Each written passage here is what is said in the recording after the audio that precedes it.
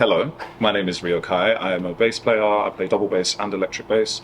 Yeah, I'm quite prevalent on the music scene. I play in a few different bands for a few different projects. And yeah, we've been running this night here at Grow for 10 years. We were kind of spitballing ideas for a name because by now we've been playing together for a few years. And it's like, we're here every week, we're playing all of this different music. I think at this point we had a couple of originals that we would occasionally throw into the set. So it was like, we need a name. And we were spitballing all kinds of ideas. Some of them were utterly awful. Not that I can remember any of them. I'd made sure to vacate them from my memory. But I think it might have been Boris at the time who suggested Stratos. And the idea behind that was the stratosphere, the clouds. Because sometimes it felt like that's where we were trying to go when we were playing, just taking off almost into outer space. So I think we all kind of settled on that name. And then couple of weeks later, there was a girl who used to come to the jam sometimes, and she is Greek. Hello. Yeah, so this woman was Greek, and we introduced the band and everything, and then when it got to the break, she was like, "Oh, that's a really interesting choice of name, Stratos." And I was like, "Oh, why is that?" She's like, "Oh, because it's a Greek word and it means soldier." And I was like, "Oh, okay, well, that's not what we had in mind."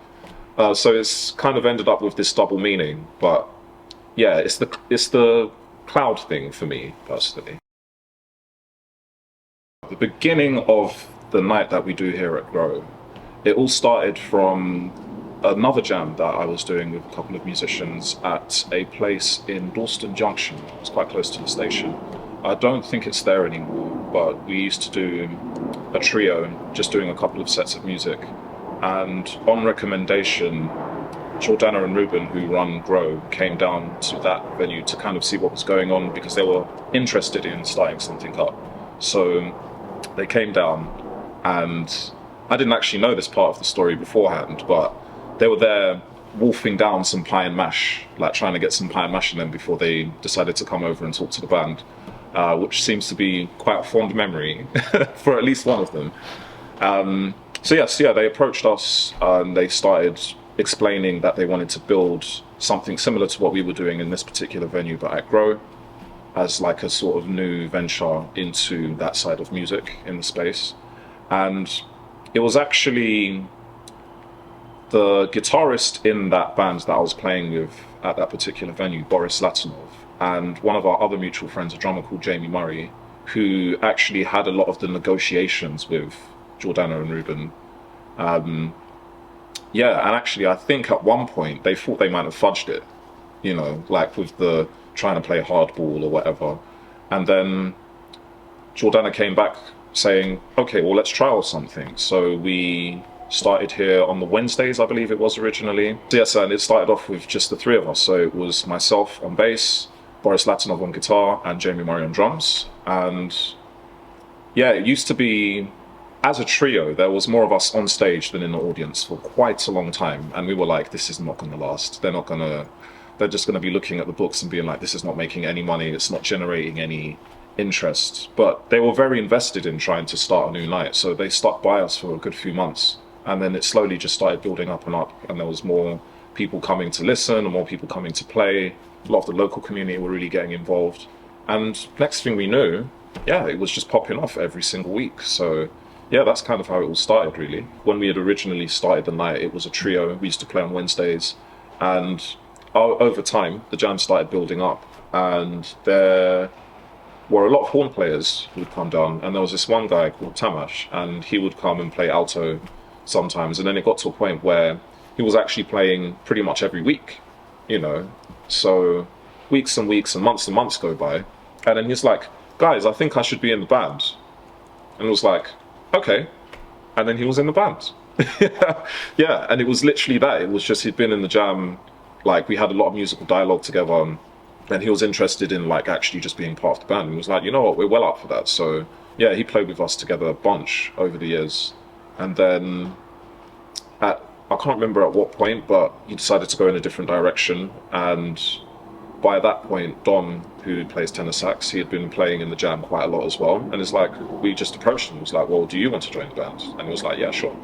So yeah, that was, I don't even know how many years ago that was now, but yeah, that's kind of just how it happened, really. Jam session element of the night was pretty much always there. Maybe not so much at the beginning because there wasn't that many people coming down to play, but as soon as there was some interest in doing that as a thing, then yeah, that was kind of a bit of a USP. Well, not even a USP. It was just more of a point of interest for the night to have people come and join us on stage. Because actually, I think also the jam part of the evening used to be a lot longer. So I can't remember the original timings, but the jam used to have two sets. So we'd do one set as the house band and then two sets for the jam. And I think it used to finish at like 11:30 or something. So yeah, there was a lot of opportunities to play, and I think a lot of people took that opportunity to come down to a new space and, you know, play with some musicians. Well, I think like the jam session portion of the evening has always been quite a big part of what we do.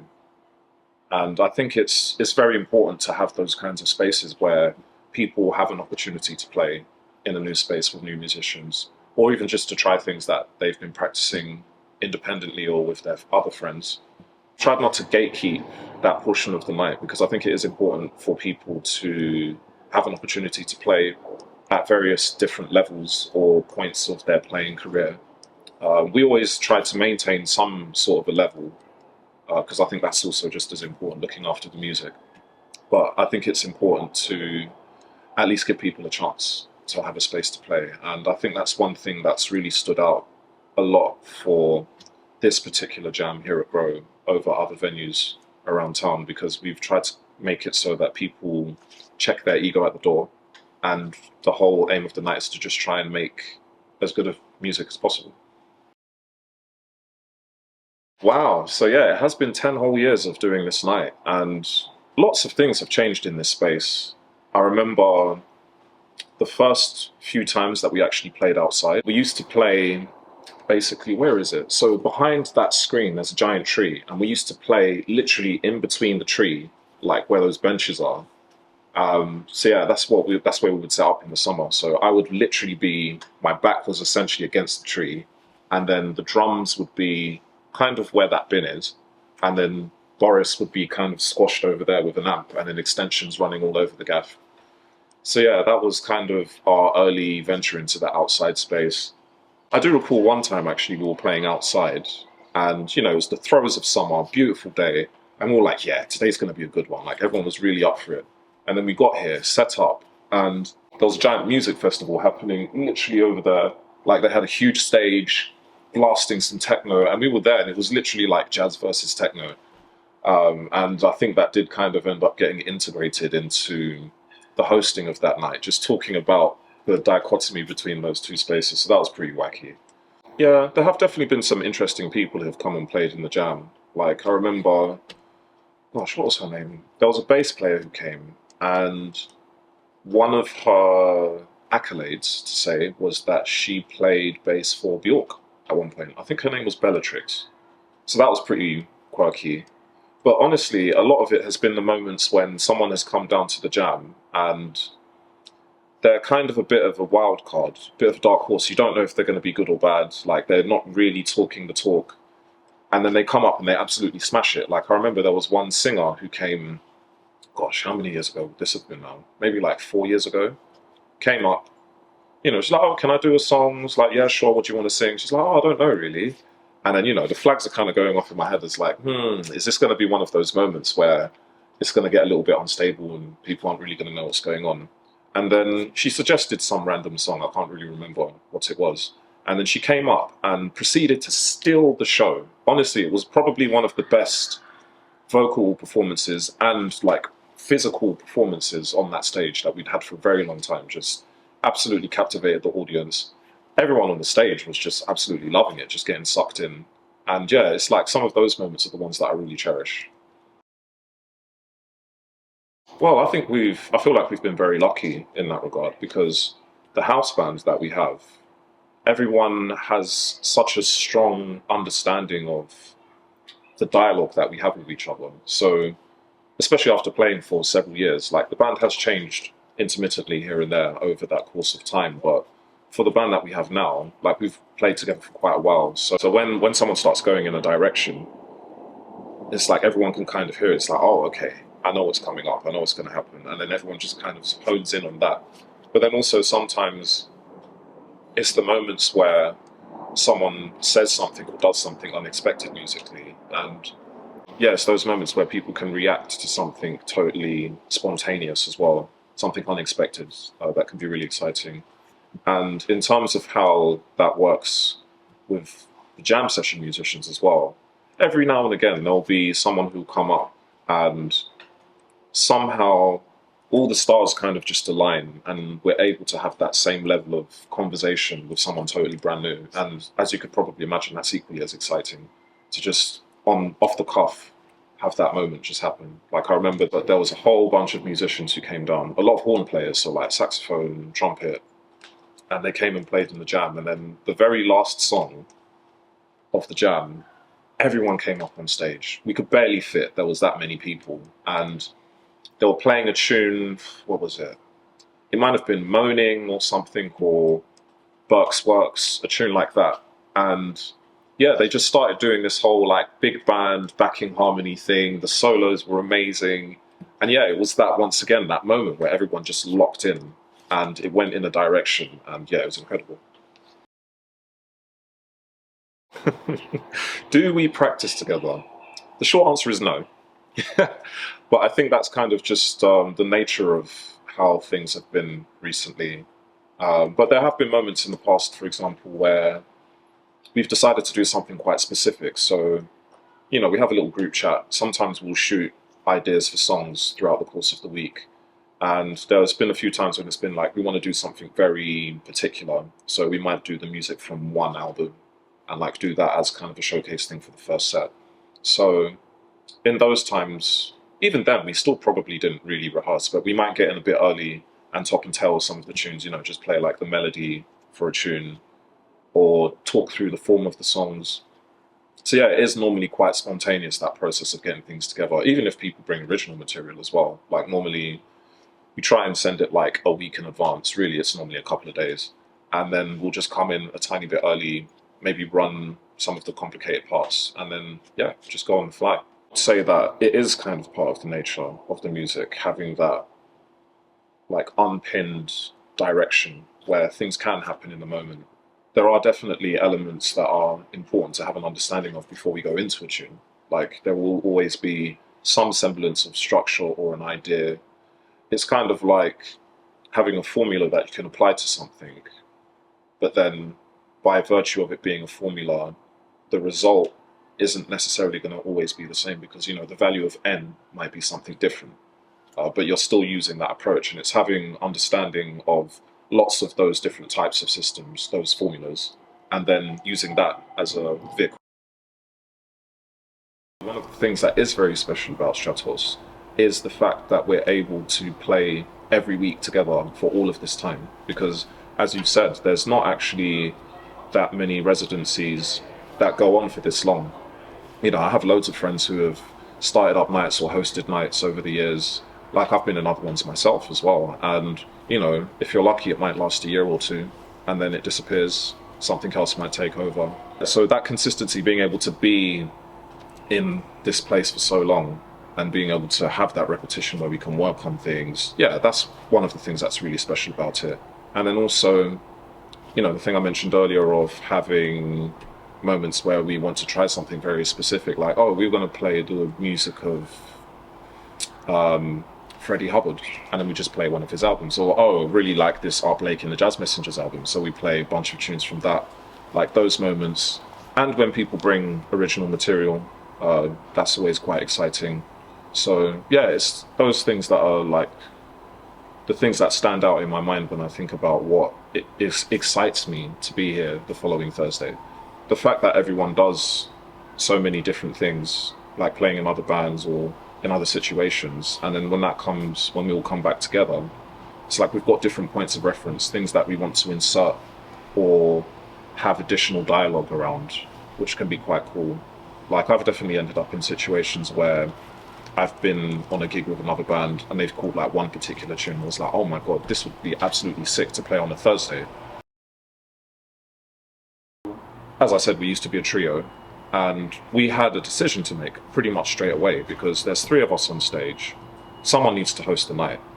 Now, I'm going to put myself out there and say that the other two guys weren't very keen at all to be hosting because one of them just wasn't really that up for public speaking in general. And I think the other person, you know, they're quite charismatic, but I don't think that they really wanted to be on the microphone as well. So it kind of defaulted to me.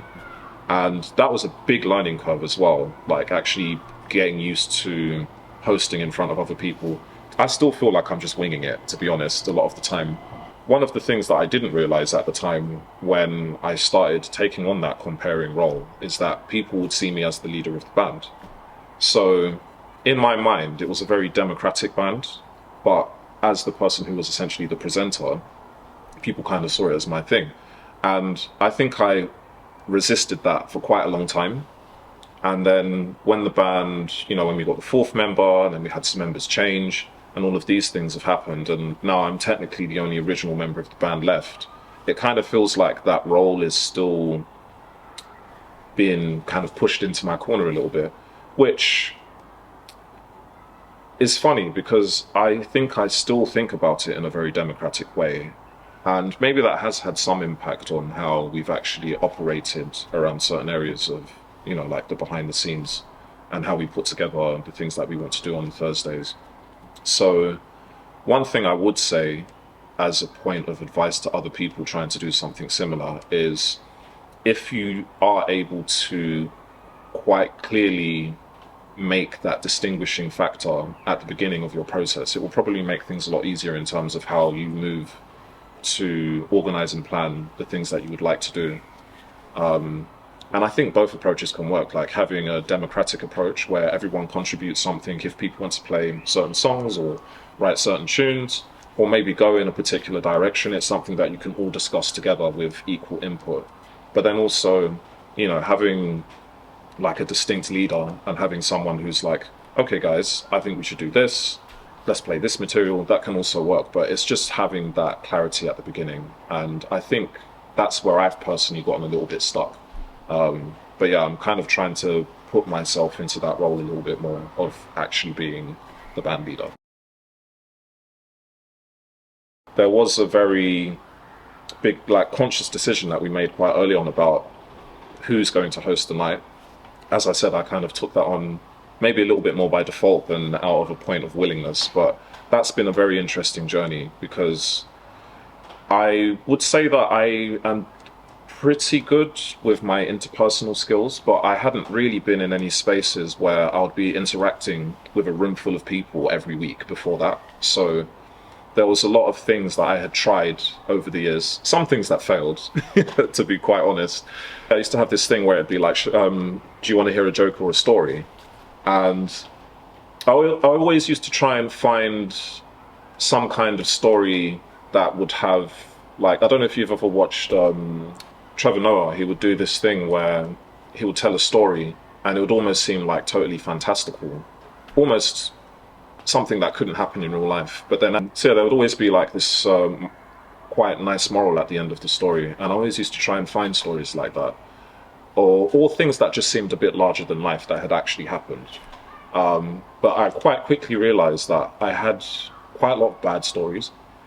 And also, I had even worse jokes. And when I would ask that question at the beginning, 80% of the time people would want to hear a joke. And I was like, well, I've just kind of shot myself in the foot there, haven't I? Because all my jokes are terrible. They're literally like one-liner dad joke levels of jokes. So yeah, I quickly scrapped that. But every now and again, like one of the old regulars will pop in and, you know, they'll remind me of that and be like, oh, you're going to tell a story today, Rio? So yeah, that's been quite a fun thing to explore, just different ways of hosting. And I think now my general approach is I talk to the room like I'm talking to one person or a small group of people in a very candid conversation. And that seems to be the format that's worked best for me personally. It's almost like you've given a birth into the world and it goes out there and it stops being yours. I think that's a big thing that I've accepted, because I remember the first few times that I hosted, even just hearing my voice back through the mic, I was like, oh my gosh, I can't believe that's how I actually sound. Yes, I think I'm a little bit less personal about it now. So if there are those moments where I try something and it doesn't land, yeah, I don't really mind as much anymore, because that happens in regular conversations too. So yes, yeah, the 4th of June is basically going to be the culmination of our 10-year journey of doing this night every week. All of the changes, all of the ups and downs, all of the moments where we thought things might disappear, but yet we're still here. So yeah, we kind of want to just commemorate that, and also the spirit of the night, of it being a very live, everyone taking part, like a very social space. So with that in mind, you know, we are putting out a call to arms. Anyone who has played in the Jam over the last 10 years, you're very, very, very welcome to come down on the 4th of June, and we're going to have a lot of fun. Yeah, there's definitely a few people that I'm looking at. I'm looking at you, Niall, on the trombone. Calm down, calm down. Declan on the alto. Calm down. That'd be amazing. But yes, Johnny on the keys. You better be there, mate. But yeah, honestly, yeah, it would be great to be able to share some memories of all of those moments over the last 10 years with some familiar faces. So that would be amazing if you could come down. And also, we are hoping to, at some point, maybe not early on in this year, but at some point down the line, we would like to do an album for Stratos. And the idea would be that it would be partially a live album. So if you want to come down and make some noise, it might make it onto the record. So I think that could be a very fun thing. I would say that's one thing that's been quite incredible about Grow as a venue over the last 10 years. I mean, technically, you know, Grow was around before we were. But over that course of time, like, the space has always been dedicated to being like a very ethically sustainable business. You know, they run on eco-electricity, they pay a living wage, and it's a very accessible space for the local community as well. Like, we've seen so many regulars over the years. Shout out to Royden. You know who you are. But yeah, and it's like there's been lots of challenges as well. Like, there was a point where there was potential for them to lose their late license, because I think there was a thing where if you apply for an extended license and you don't get it, you put your regular license in jeopardy. So there was all of that. Obviously, there's been lots of redevelopment in that area over the last 10 years. So there was a couple of scares where we thought, you know, Grow might turn into a block of flats. You know, and then obviously there is the pandemic as well that happened several years ago, where so many venues were struggling, and there were very limited pots of funding to try and help venues stay afloat. And through all of that, somehow Grow has managed to continue, no pun intended, growing. And, you know, the space has physically changed massively. Like, we're doing this interview right now in the greenhouse. This never used to be here. The pontoon, that never used to be there. All of the things that they got to try and support the venue during winter, you know, with the umbrellas and the heating systems, that's, yeah, there was a point where that wasn't here at all. That whole top level, the concourse level, never used to exist. You know, it used to just be one big room. So physically, the space has developed a lot. And I think also seeing all of those changes, but then still seeing some of those old familiar faces coming in and enjoying the space just as much as they were 10 years ago. Like, that's one of the proper joys of being here for this long.